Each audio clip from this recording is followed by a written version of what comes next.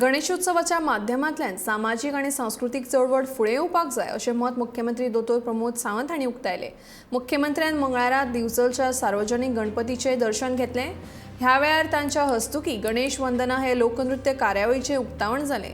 ह्या वेळार दिवचलचे आमदार दोतोर चंद्रकांत शेट्टी आनी गणेशोत्सव मंडळाचे पदाधिकारी हाजीर आशिल्ले।